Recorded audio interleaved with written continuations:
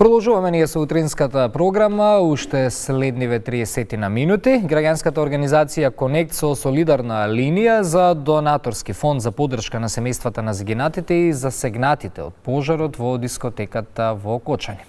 Речиси 160.000 денари од потребните 300.000 до сега се собрани, што уште еднаш покажува дека на тема хуманост не каскаме.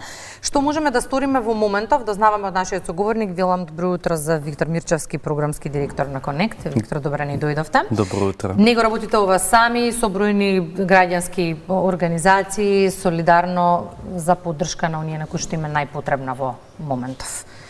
Да, Конект организација што 17 години работи на аспекти на стратешка филантропија. Тоа значи дека во овој момент ние ќе се концентрираме на она што ќе биде после хуманитарната помош, она што велите, во моментов сите се солидаризираат, на терена веќе Црвениот крст има многу хуманитарна помош, тоа значи дека се средства кои што ќе го заштитат животот на нашите сограѓани, кои што во моментот се по болниците во земјата и светот, но после некое време ќе има прашање што понатаму.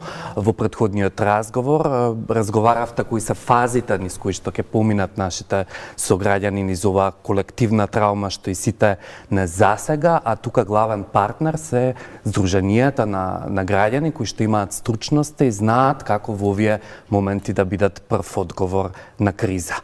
На ОПОПМК, која што е платформа за донирање, граѓаните, бизнисите и сите ги повекуваме да поддржат вакви иницијативи.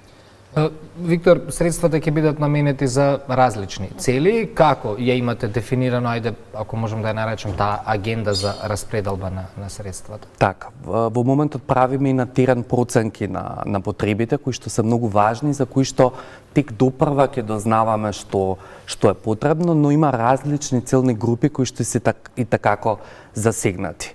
Моментално докторките и докторите се наши хероини, меѓутоа тоа ќе бидат и наставниците и кадарот што е низ градовите што се засегнати, бидејќи тие ќе работат со училишните класови каде што фалат дечиња, каде што ќе се работи на таа колективна траума, а во исто време ќе треба да го вратат наставниот процес на колосек. Дополнително целата младешка заедница која што во моментов има потреба да искаже и беси различни емоции за кои што разговаравте, ќе има потреба од таков отворен простор. Ние сакаме и организациите да остават простор на младите, да си кажат на кој начин сакаат тоа да го изразат. Секако ќе треба да зачуваме и спомен за овие луѓе. Слушавме многу херојски приказни, можеби тоа е еден од механизмите на поддршка. Во Конект работиме на поврзување со случајот во Романија, затоа што таму ќе мора да ги чуеме искуствата на луѓето што го доживеале истото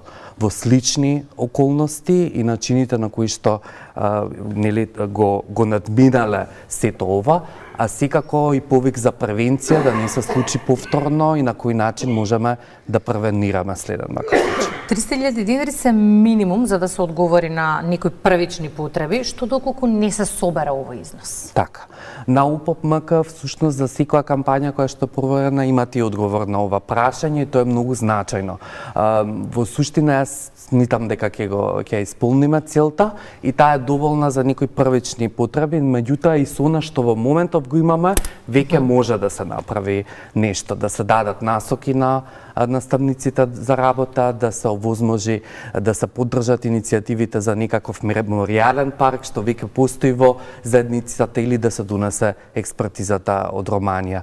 Ќе се одлучува врз база на тоа колку средства ќе се соберат и на кој начин тие ќе можат да имаат највисоко влијание. Тоа се критериумите врз кои што ние ја дисперзираме поддршката.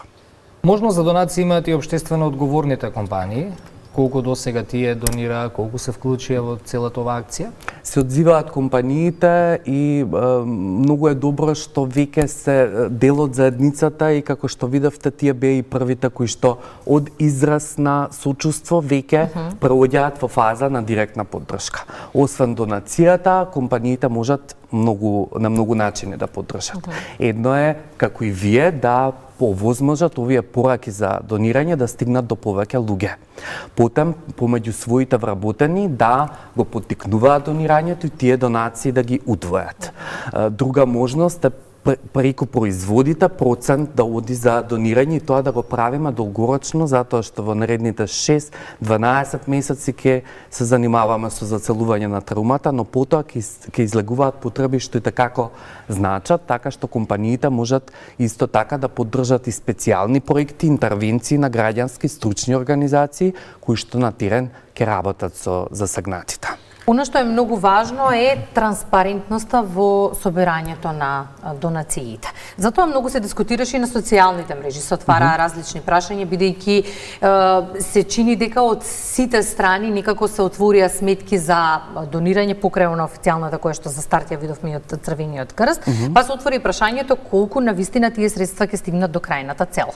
На ОПМК вчера поидов на сајтот да отворам и забележував како се менуваат бројките во однос на донациите. Транспарентно е секој денар како пристигнува на сметката.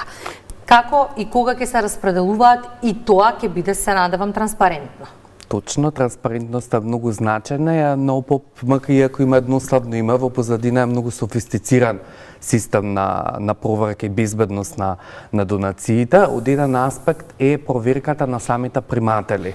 Тие се здруженија на граѓани кои што поминале низ постапка на проверка на законитост и на претходни иницијативи што имале влијание во заедницата, ги бираме под одредени критериуми. Дополнително е нели таа транспарентност на влезот на донирањето што кажувате.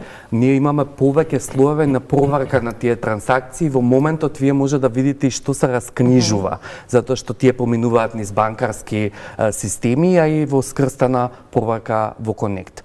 Потем ќе биде транспарентност на ниво на што се направило. Ќе можат да се најдат јавни извештаи, тоа ќе инсистираме да се најде и на веб страните на организациите за граѓаните, точно да знаат каде отишла нивната донација. Ние со донаторите имаме и двонасочна комуникација и ги известуваме за постигнувањата и во текот на донирањето и на оваа фаза каде што веќе ние работиме на распределба на тоа што е собрано. Така. Ќе следиме и се надеваме дека ќе се собере потребната сума и се во ова што го споминавте пред малку ќе успееме да го реализираме. Се надевам јас и слободни ги повикувам сите граѓани и бизниси да се консултираат со нас било што сакаат околу стратешкото донирање. Донирањето е многу важно и да не се обесхрабруваат да го прават поради недоверба. Токму така, благодарам. Благодарам за гостувањето.